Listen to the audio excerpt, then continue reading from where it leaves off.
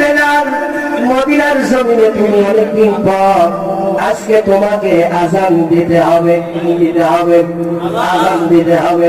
বেলাল বলে না রে না, সেই মদিনায় আমার নবী নাই, আমি আজান দিতে পারবো না, আমি বেলাল বরদাস্ত করতে পারবো না। এমন সময়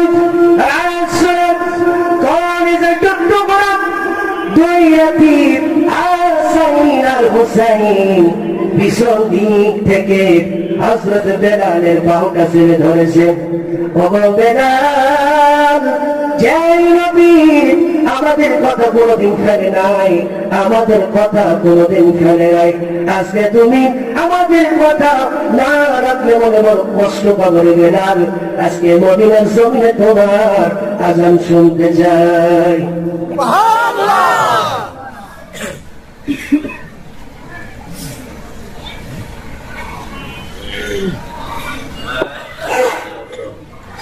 আমার ভাইরা, হযরত হাসান আর হুসাইনের কথা থাকতে পারলেন না। হযরত মসজিদের নববীর ভিতর চলে গেলেন। হযরত আজান দিচ্ছে, আল্লাহু আকবার, আল্লাহু আকবার, আল্লাহু আকবার, আল্লাহু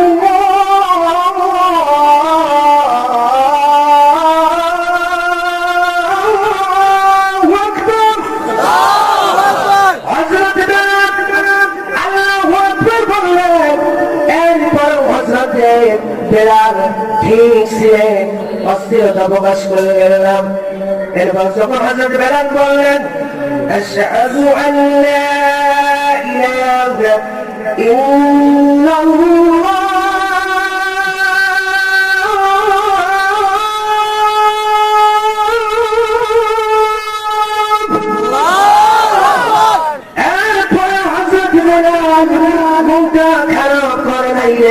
মুখটা খারাপ করে নাই। এইবার হযরত বেলালের ভিতর একটা ভাব চলে আসছে, মুখটা খারাপ।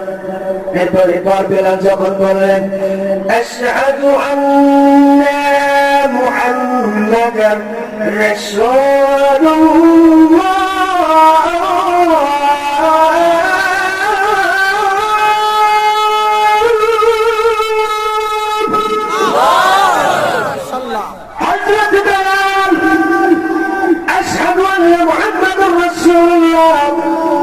বলার সঙ্গে সঙ্গে হযরত বেলাল জমিনে পড়ে গেলেন।